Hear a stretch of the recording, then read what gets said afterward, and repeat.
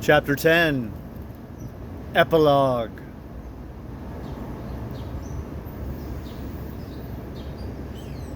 I cannot but regret, now that I am concluding my story, how little I am able to contribute to the discussion of the many debatable questions which are still unsettled. In one respect, I shall certainly provoke criticism. My particular province is speculative philosophy. My knowledge of comparative physiology is confined to a book or two. But it seems to me that Carver's suggestions as to the reason of the rapid death of the Martians is so probable as to be regarded almost as a proven conclusion. I have assumed that in the body of my narrative,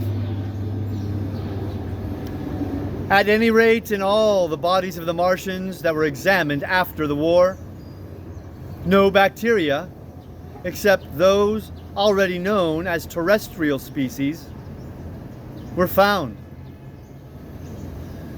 That they did not bury any of their dead, and the reckless slaughter they perpetrated, point also to an entire ignorance of the putrefaction process.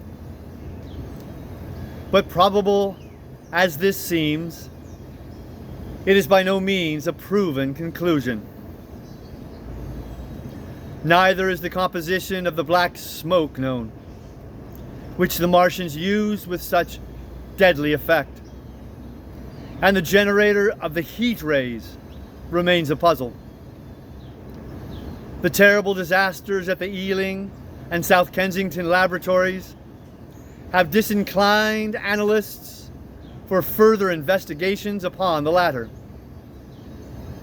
Spectrum analysis of the black powder points unmistakably to the presence of an unknown element with a brilliant group of 3 lines in the green, and it is possible that it combines with argon to form a compound which acts at once with deadly effect upon some constituent in the blood. But such unproven speculations will scarcely be of interest to the general reader to whom this story is addressed.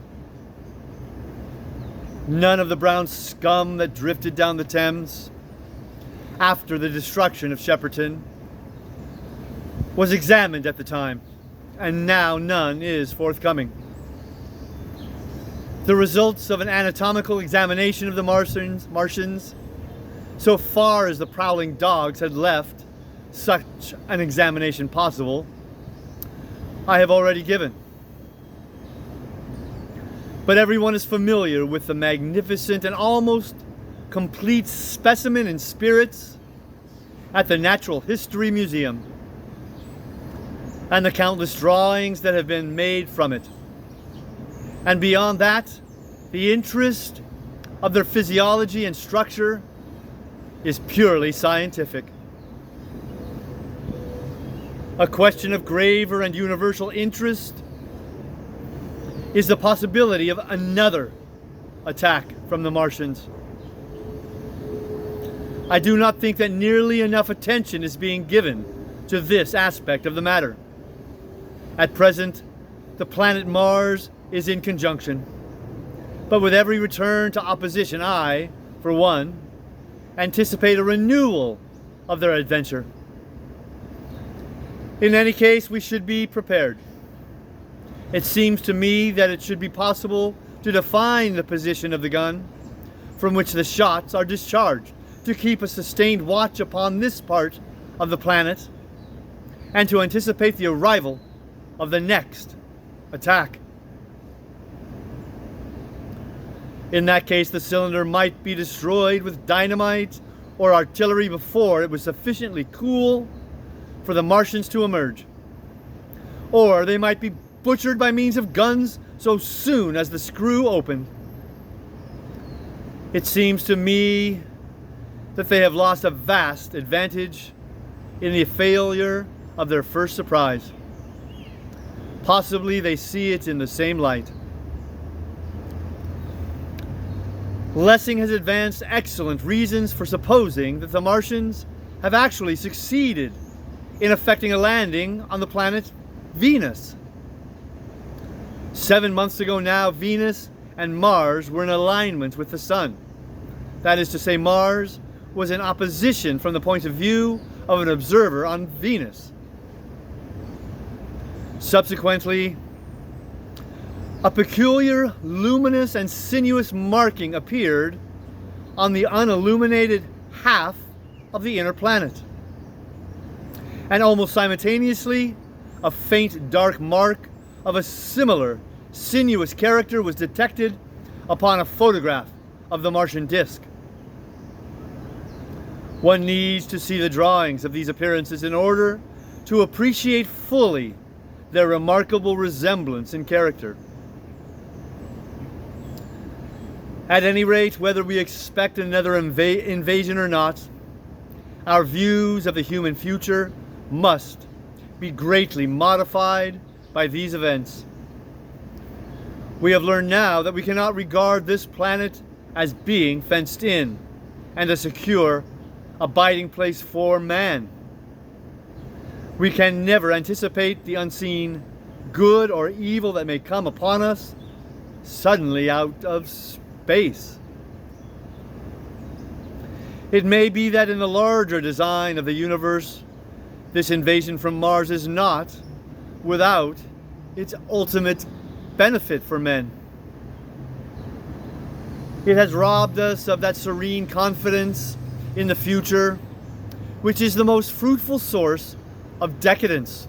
The gifts to human science it has brought are enormous,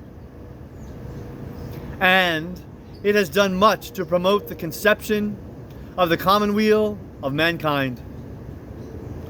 It may be that across the immensity of space, the Martians have watched the fate of these pioneers of theirs and learned their lesson, and that on the planet Venus they have found a securer settlement.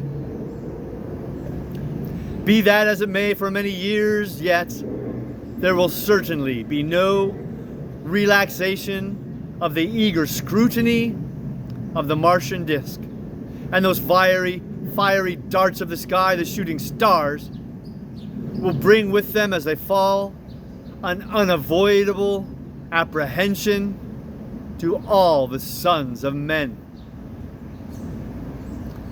The broadening of men's views that has resulted can scarcely be exaggerated. Before the cylinder fell, there was a general persuasion that through all the deep of space, no life existed beyond the petty surface of our minute sphere. Now we see further. If the Martians can reach Venus, there is no reason to suppose that the thing is impossible for men. And when the slow cooling of the sun makes this earth uninhabitable, as at last it must do, it may be that the thread of life that has begun here will have streamed out and caught our sister planet within its toils. Dim and wonderful is the vision I have conjured up in my mind of life spreading slowly from this little seedbed of the solar system throughout the inanimate vastness of sidereal space. But that is a remote dream. It may be, on the other hand, that the destruction of the Martians is only a reprieve. To them, and not to us, perhaps, is the future obtained. Ordained. I must confess the stress and danger of the time have left an abiding sense of doubt and insecurity in my mind.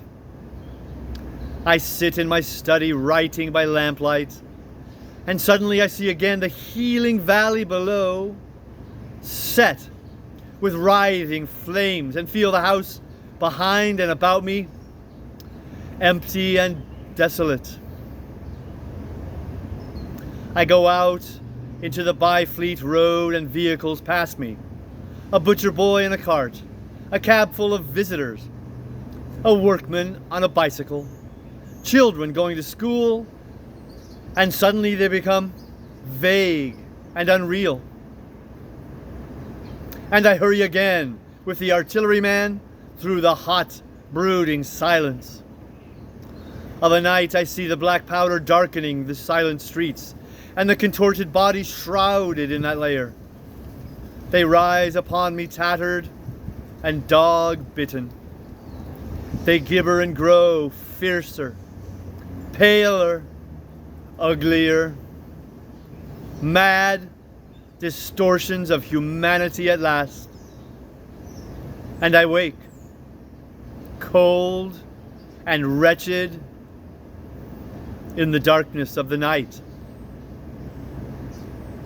I go to London and see the busy multitudes in Fleet Street and the Strand. And it comes across my mind that they are but the ghosts of the past, haunting the streets that I have seen, silent and wretched, going to and fro, phantasms in a dead city, the mockery of life in a galvanized body.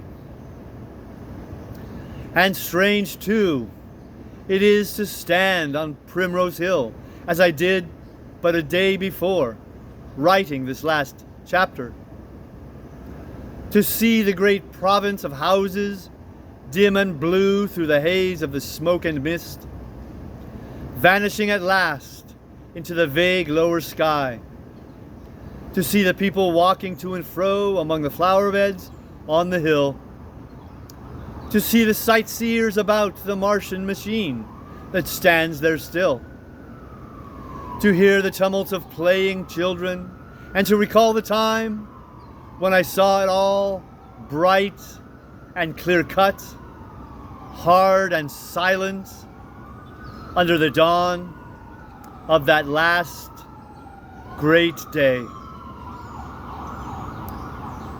And strangest of all is it to hold my wife's hand again, and to think that I have counted her and that she has counted me among the dead.